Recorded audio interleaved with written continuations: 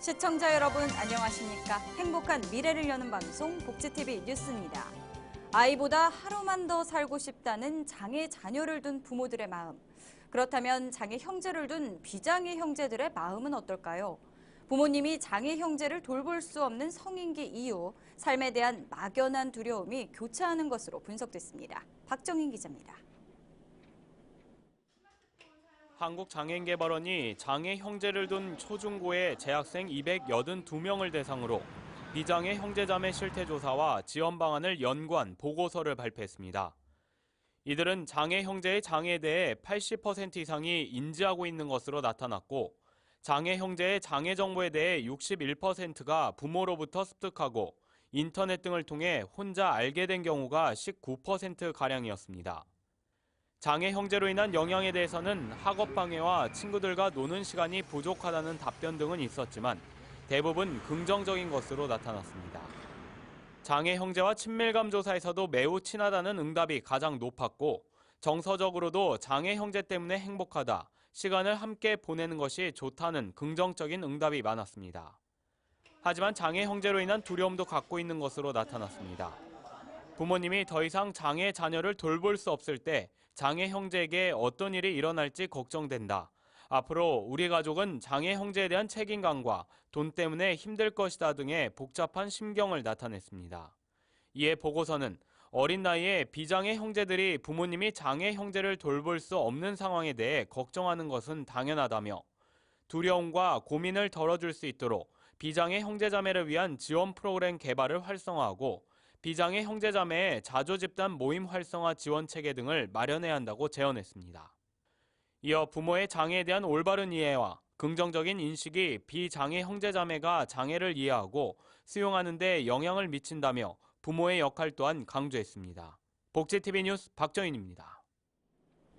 2018 평창 장애인 동계올림픽이 3년 후 펼쳐지게 되는데요.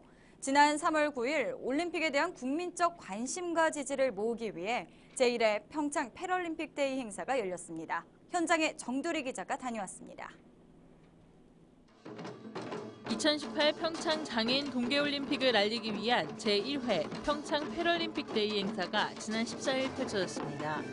평창 패럴림픽 데이는 장애인 동계올림픽이 개막하는 3월 9일에 맞춰 앞으로 3년간 해당 일이 속한 주말에 다양한 홍보 활동이 추진되며, 그 첫 행사로 지난 14일과 15일 행사에서는 패럴림픽 데이 선포식과 홍보대사 위촉, 장애인 동계올림픽 종목 체험 등이 진행됐습니다. 국민 여러분께서 이번 행사를 통해 2018 평창 패럴림픽에 기억하고 응원해 주신다면 2018 평창 대회는 분명히 성공할 것이라고 믿습니다. 특히 이날은 조직위원회 조양호 위원장과 대한장애인체육회 김성일 회장, IPC 나경원 집행위원, 홍보대사 김연아 등이 참석해 대회 알리기에 한 목소리를 냈으며, IPC 공식 사진 작가인 조세현 작가와 2010 밴쿠버 장애인 동계올림픽 휠체어 컬링에서 사상 첫 은메달을 목에 걸었던 김학성 선수가 홍보대사로 위촉됐습니다. 특히 또 평창은 저희 고향이라서 더 애착이 갑니다. 그리고 이번에 아마 평창 패럴림픽에서 선수들이 많이 메달을 딸 수 있을 거라고 생각하고 있거든요. 한편 선포식 공식 행사가 끝난 뒤 부대 행사장에서는 아이스 슬레지아키와 휠체어 컬링을 체험할 수 있는 기회가 마련돼 종목 알리기에 나서기도 했습니다. 복지TV 뉴스 정두리입니다. 전남 해안 쪽으로는 크고 작은 섬들이 많은데 응급 환자가 생길 때마다 주민들은 애를 먹고 있습니다. 곧바로 진료를 할 수 없기 때문인데요. 관계 당국이 제도 개선에 나서고 있지만 여전히 힘든 실정입니다. 김지환 기자입니다. 전남도 내 주민이 살고 있는 섬은 290여 개. 이 중 간호사를 비롯해 의료진이 나가 있는 곳은 130여 곳에 불과합니다. 여전히 160개 섬에는 정기적으로 건강을 살필 수 있는 진료소가 없습니다. 그나마 최근 공중보건의나 간호사 등의 파견이 늘면서 형편이 나아진 것입니다. 의료시설이 없는 섬 주민은 정기적으로 섬마을을 도는 병원선 등에서 치료를 받고 있습니다. 2달에 한 번꼴로 도는 병원선은 마을 주민들에게는 담비와 같은 존재. 하지만 응급 상황 시에는 의료진이 있는 것도 마음을 놓을 수 없습니다. 컴퓨터 단층 촬영 장비나 전문 수술 장비가 없어 치료가 거의 불가능하기 때문입니다. 응급 환자가 발생하면 환자 상태에 따라 운송수단을 택하는데 이번 해경 헬기의 경우 맹장염을 앓고 있는 7살 어린이를 구조하러 갔다가 사고를 당했습니다. 하지만 헬기 역시 야간이나 기상이 나쁠 때는 이용하기가 쉽지 않습니다. 헬기가 뜨지 않을 때는 해경 함정이나 해군 군함, 119 나름이 선박도 있지만 복지까지 3시간 이상 걸리는 곳도 있어 응급 환자 발생 시에는 속수무책입니다. 주민들은 의료진 파견을 적극 요구하고 있지만 보건 의료 인력이 갈수록 줄어들어 이마저도 여의치 않다는 평가가 나옵니다. 이 때문에 만성 질환자를 위한 원격 화상 진료를 활성화하고 응급 환자 이송을 위한 시스템이 개선돼야 한다는 목소리가 갈수록 커지고 있습니다. 복지TV 뉴스 김지환입니다. 중증 응급 환자가 수술실이나 병실에 가기 전까지 응급실에 머무는 시간이 평균 6시간 이상 걸리는 것으로 조사됐습니다. 보건복지부에 따르면 전국 415개 응급의료기관에서 중증 응급 환자가 응급실에 머무는 시간은 평균 6시간 18분이었습니다. 중증 환자의 응급실 대기 시간이 제일 긴 병원은 한국보훈복지의료공단 서울보훈병원으로 응급실 대기 시간이 무려 37.3시간이나 됐습니다. 또한 응급 병상 수의 환자 수가 가장 많은 병원은 서울대병원으로 나타났으며 이는 넘쳐나는 응급 환자를 감당할 만큼의 병상 수를 확보하지 못했기 때문으로 분석됐습니다. 장기 요양 등급을 받고 요양 중인 노인 10명 중 3명은 숨지기 전 한 달간 연명 치료를 받은 것으로 나타났습니다. 국민건강보험공단 부설 건강보험정책연구원의 조사에 따르면 장기 요양 노인은 사망한 달에 가까워질수록 의료 서비스를 더 많이 이용했고 의료비 지출 규모도 더 커졌다고 밝혔습니다. 이 결과 사망 1년 전에 월 평균 65만 원이었던 병원비는 사망 전 6개월에 118만 7천 원으로 늘었고 사망 전 1개월에는 208만 9천 원으로 솟았습니다. 또 사망 전 1개월간 진료를 보면 전체 대상자의 32%가량이 심폐소생술, 인공적 영양 공급, 혈액투석 등 연명치료를 받은 것으로 나타났습니다. 연구팀은 현재 말기 암 환자를 중심으로 이뤄지는 호스피스 제도화 논의를 장기요양 노인으로까지 확대할 필요가 있다고 지적했습니다. 경기도에서는 다양한 형태의 교육 기부가 이뤄지고 있는데요. 이번에는 경력 단절 여성을 교육 나눔 현장으로 이끄는 프로그램이 성과를 거두고 있다고 합니다. 최현미 기자입니다. 경기도 안산 창의 인성교육이 이루어지고 있는 한샘 지역아동센터. 아이들은 놀이기구, 불꽃놀이 풍경 등 알록달록 색상의 사진카드를 고르느라 한껏 들떠있는 모습입니다. 평화로운 모습이구나? 네. 멋지다. 얘들아. 선생님은 아이들이 고른 카드에 얽힌 이야기를 하나하나 귀 기울여 듣습니다. 이곳의 선생님은 지난해 드림코치 과정을 수료한 유지연 씨. 결혼한과 동시에 경력 단절이 되면서 아이들을 키우면서 쭉 있다가 저 자신도 발전이 있고 또 제가 늘 생각했던 그런 나눔, 복지 이런 생각을 갖고 있던 찰나에 드림코치를 유 씨와 같은 경력 단절 여성들을 창의 인성 주민 강사로 양성하는 프로그램인 드림코치 과정. 경기도 평생교육진흥원은 지난해 4월부터 80시간 동안 교수 학습법이나 상담 실습 등의 과정을 진행했습니다. 29명의 드림코치는 15개 시군의 소외청소년 교육기관에서 나의 강점 찾기, 감정관리와 감정표현, 창의성 개발 등을 주제로 직접 강연을 하기도 했습니다.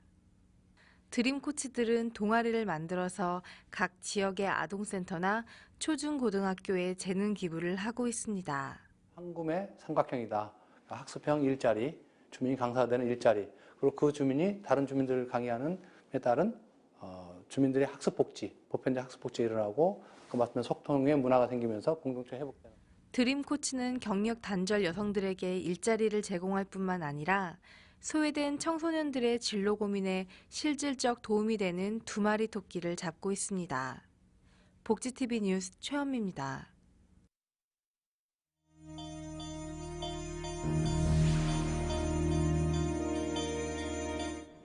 이어서 간추린 뉴스를 전해드립니다.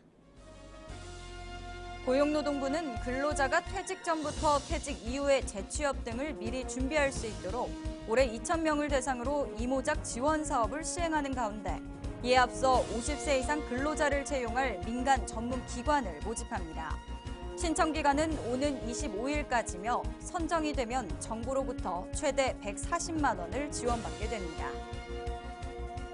대한장애인 배드민턴협회 제5대 회장에 협회 출범 이후 첫 여성 장애인인 구군주 씨가 취임했습니다.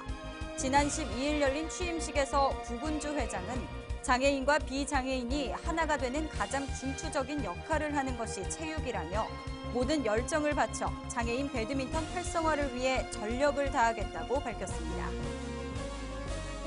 서울시 복지재단 장애인가족지원센터는 장애인가족 당사자의 복지 수준을 끌어올리고 장애인가족 복지에 대한 시민 인식을 높이기 위해 2015년 장애인 가족지원 아이디어를 공개 모집합니다. 신청은 다음 달 10일까지며 장애인가족지원센터 홈페이지에서 하시면 됩니다.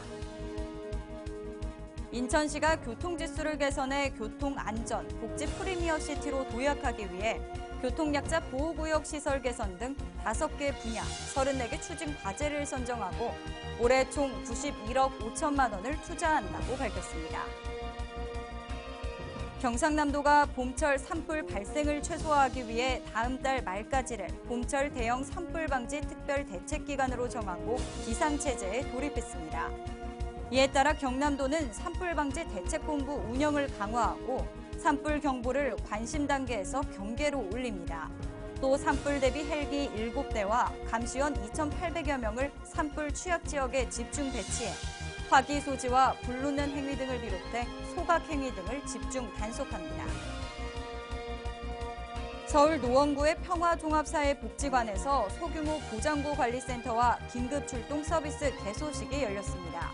복지관 신관 1층에 마련된 소규모 보장구 관리센터는 수동과 전동 휠체어나 스쿠터 사용 주민을 대상으로 소독과 세척을 실시하고 긴급 충전과 안전 점검 등의 서비스를 실시합니다. 또 전동 휠체어나 스쿠터 고장이 생겼을 경우 바로 출동해 수리해주는 긴급 출동 서비스도 제공합니다. 한국장애인문화관광진흥회의 경기도 협회장과 경기지역 지회장 임명장 전달식이 열렸습니다. 이날 최규옥 진흥회장은 경기도협회 김철희 협회장에게 임명장을 전달했으며 경기지역 12명의 지회장에게 산하지회 인정서와 임명장을 전달했습니다. 이번 지역지회 인정은 장애 없는 대한민국 구현에 앞장서고 국제적 관광 레저를 추진하는 등의 조건에 따라 임명됐고 앞으로 이들은 장애인의 권익 신장을 위한 다양한 활동을 전개한다는 방침입니다.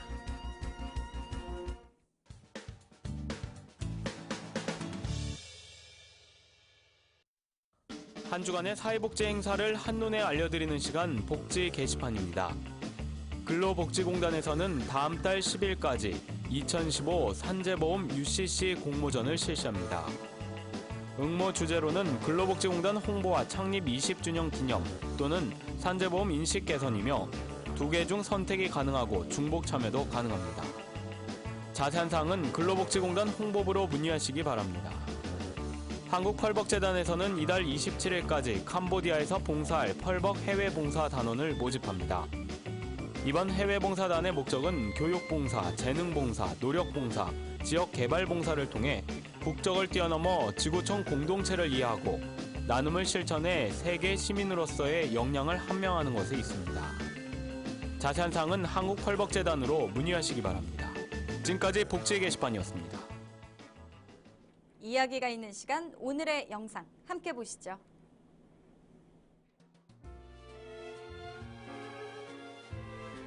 누군가에게 사랑을 건네고 싶은 날.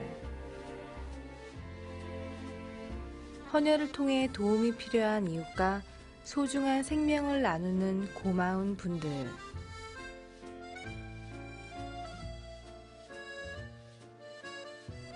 나눔을 실천하는 것. 그리 어렵지 않습니다. 대한적십자사에 따르면 최근 꽃샘추위 등으로 헌혈자가 많이 줄면서 혈액 부족이 심화되고 있다고 합니다. 그만큼 적극적인 헌혈 참여가 필요한 때인데요. 시청자 여러분도 헌혈을 통한 따뜻한 나눔을 실천해 보시는 것은 어떨까요? 행복한 미래를 여는 방송 복지TV 뉴스를 마칩니다. 시청해 주신 여러분 고맙습니다.